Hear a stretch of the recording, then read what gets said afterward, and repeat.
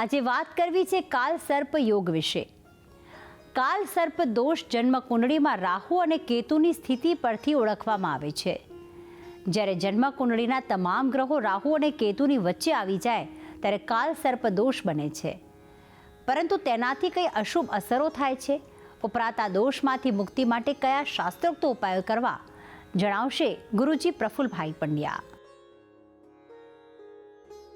જજાગ્રતો દૂરમુદૈતિ દૈવન તદુસુપ્તસ્ય તથૈવૈતિ દુરંગમન જ્યોતિખાન જ્યોતિરેકંતન મે મનઃ શિવ સંકલ્પમસ્તુ. જય ભગવાન મિત્રો, હું છું પ્રફુલભાઈ પંડ્યા. ભક્તિ સંદેશ કાર્યક્રમની અંદર આપનું સ્વાગત છે. મિત્રો, આજે મારે વાત કરવી છે જન્મ કુંડલીમાં કાલ સર્પ દોષ વિશે. કાલ સર્પ દોષ એટલે શું? જો જન્મ કુંડલીમાં કાલ સર્પ દોષ લાગુ પડે છે તો એનાથી મનુષ્યના જીવનમાં કેવી અસરો પ્રાપ્ત થાય છે, અને જો કાલ સર્પ દોષ હોય તો એના માટે કયા ઉપાય કરવા, આ બધી જાણકારી આજના કાર્યક્રમમાં હું તમને જણાવવાનો છું. મિત્રો, વાત કરીએ કાલ સર્પ દોષ. જેમ ઘણા બધા યોગ હોય અને એક દોષ હોય. યોગ હોય એ મનુષ્યના જીવનમાં એને સારા સફળતા અપાવે છે. જેમ કે ગજકેસરી યોગ, લક્ષ્મી યોગ, રાજયોગ, આ બધા સારા યોગો વ્યક્તિના જીવનમાં સારા સુખોની પ્રાપ્તિ કરે છે. પણ ખરાબ દોષ છે એ જીવનની અંદર તકલીફ ઊભી કરે છે. તો એ ખરાબ દોષમાંથી એક દોષ છે જેને કાલ સર્પ દોષ કહેવામાં આવે છે. હવે આ શબ્દને આપણે પકડીએ. કાલ અને સર્પ, આ બે વસ્તુને આપણે સમજીએ. કાલ એટલે એવું કહેવાય છે સમય. આપણે કહીએ કે કાલ ચક્ર એટલે કે સમય ચક્ર. કાલ એટલે સમય અને સર્પ એટલે તમારો ખરાબ સમય. સર્પ જેમ ચાલે છે એવી રીતે તમારા મનુષ્યના જીવનમાં જેને કાલ સર્પ દોષ હોય એના જીવનમાં ખરાબ સમયની શરૂઆત થાય છે. અને ઘણીવાર કેવું જોવા મળે, જેમ કે નાગ છે ને એ હંમેશા ટેડો મેડો ચાલે, તો જીવનમાં મનુષ્યની ચડતી અને પડતી આવી વારંવાર આપણને જોવા મળે છે. અને જ્યારે મનુષ્યના જીવનમાં ચડતી પડતી હોય ને તો એ જીવનની અંદર 2, 5, 10, 25, 50 વર્ષે જો એવું કંઈ ભેગું ના થયું હોય, કેમ કે જેવી આવક હોય ને સામે એવી જાવક હોય, તો ચડતી પડતીમાં પ્રગતિ ના થાય.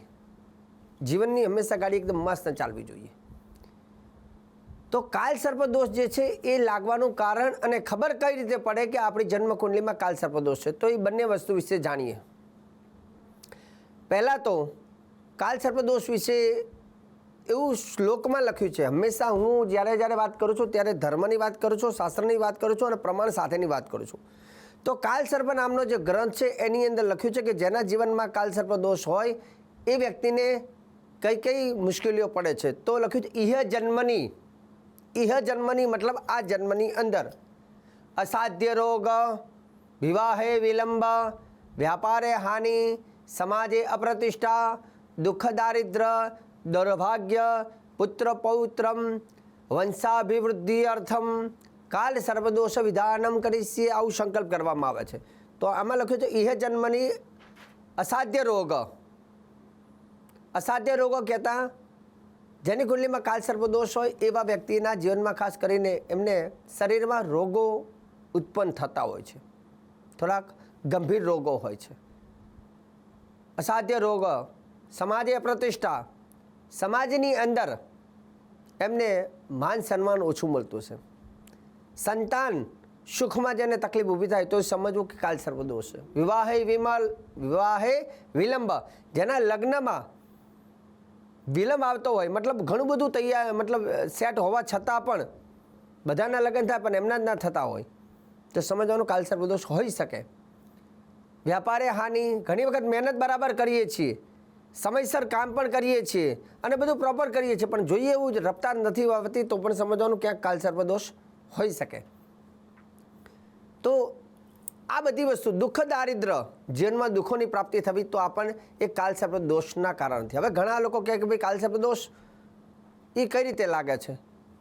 એવું કહેવાય છે કે જ્યારે તમારી જન્મ કુંડલીમાં તમને ખબર કઈ રીતે પડે કાલ સર્પ દોષ છે, તો એના વિશે તમને જાણકારી આપી દઉં. જેમ જન્મ કુંડલીની અંદર એક આખું કોષ્ટક હોય છે જેમાં 12 અલગ અલગ ખાના હોય છે. અને એમાં 9 ગ્રહો સૂર્ય, ચંદ્ર, મંગળ, બુધ, ગુરુ, શુક્ર, શનિ, રાહુ અને કેતુ 9 ગ્રહો અંદર મહત્ત્વના હોય છે. ઘણી વખત નેપચ્યુન, પ્લુટો વગેરે ગ્રહ છે, પણ એને શાસ્ત્રમાં મહત્ત્વ નથી આપતું, એટલે આપણે એને વિશેષ પ્રાધાન્ય નથી આપતા. પણ 9 ગ્રહોનું મહત્ત્વ છે, એટલે 9 ગ્રહોને આપણે ગણતા હોઈએ છીએ. તો જન્મકુંડલીમાં 9 ગ્રહો હોય અને એમાં રાહુ અને કેતુ નામનો ગ્રહ એ હંમેશા સામે હોય. જેમ કે પહેલા ખાનામાં રાહુ હોય તો એની નીચે 7મા સ્થાનની અંદર સામે બિલકુલ કેતુ હોય. જે પ્રમાણે રાહુ જ્યાં છે એની સામે બિલકુલ કેતુ હોય છે. હવે રહી વાત, રાહુ અને કેતુની એક બાજુના પડખામાં બધા જ બીજા ગ્રહો આવી જાય તો સમજવાનું કાલ સર્પદોષ છે. જેમ કે સમજો કે ઉપર રાહુ છે, નીચે કેતુ છે, અને એક બાજુનું પડખું, બે પડખા રાહુ અને કેતુની વચ્ચે સમજો કે લીટી તમે ખેંચી લો અને એમાંથી એક બાજુના પડખાની અંદર બીજા અન્ય બધા જ ગ્રહો હોય, સૂર્ય, મંગળ, ચંદ્ર, બુધ, જે કંઈ બધા જ, અને બીજી બાજુનું ખાનું ખાલી હોય તો સમજી લેવાનું કે કાલ સર્પદોષ છે.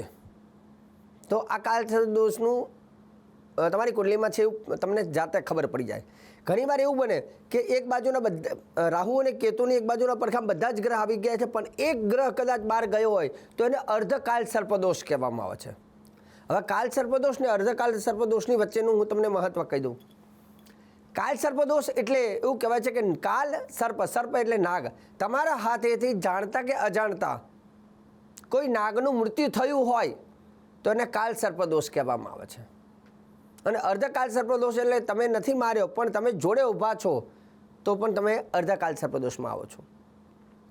કેમ કે આપણા શાસ્ત્રની અંદર નાગને દેવતા માનવામાં આવે છે, નાગને ભગવાન માનવામાં આવે છે, આ ધરતીનો ધણી ગણવામાં આવે છે.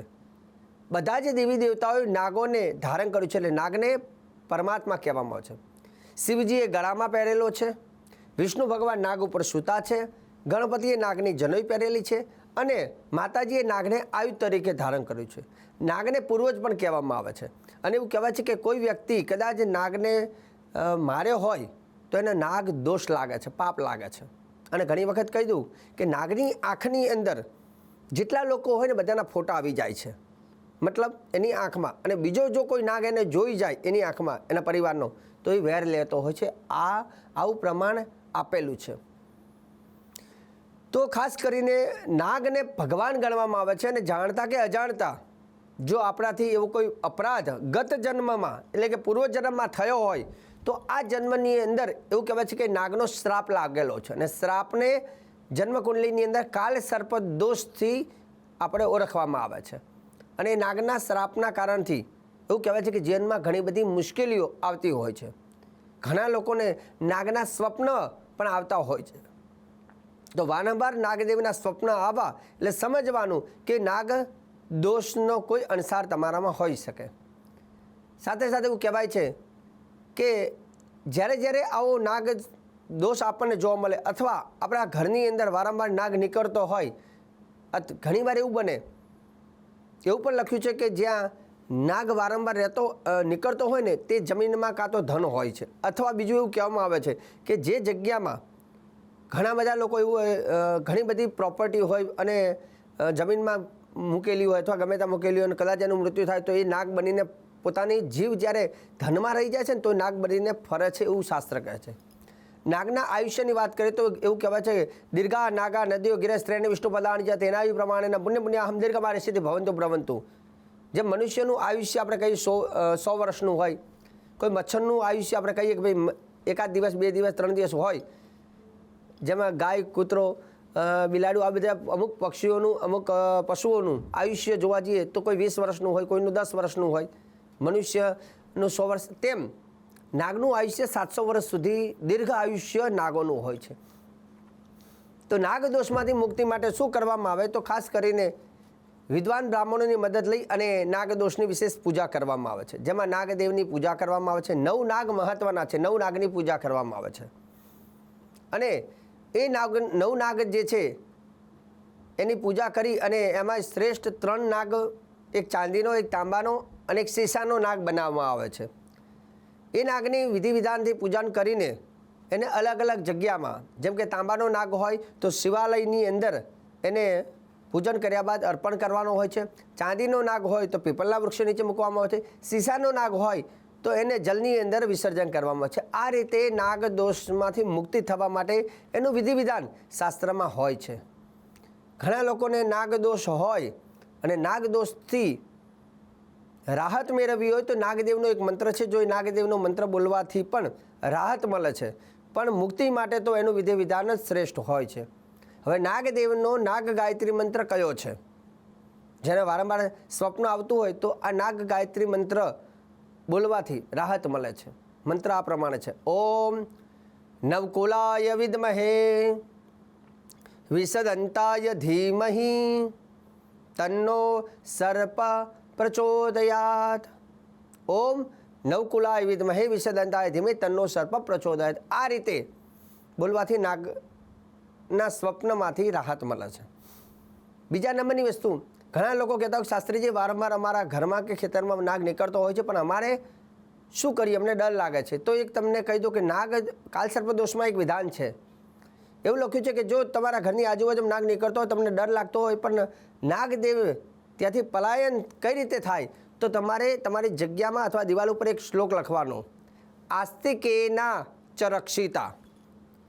આસ્તિકેના ચ રક્ષિતા. આસ્તિક મુનિ જે છે નાગોના મામા છે, અને તમે જો આસ્તિક મુનિની આણ અથવા આસ્તિકેના ચ રક્ષિતા આવું લખો છો તો આસ્તિક મુનિ અમારી રક્ષા કરે એવો ભાવ છે, અને એ લખવાથી નાગ ત્યાંથી જતો રહે છે. આવું પ્રમાણ શ્રીમદ ભાગવતમાં પણ જોવા મળશે, અને કાલ સર્પ દોષની અંદર પણ લખ્યું છે કે સર્પ યજ્ઞ चाहिए સર્પ આસ્તિકેના ચ રક્ષિતા શબ્દ છે.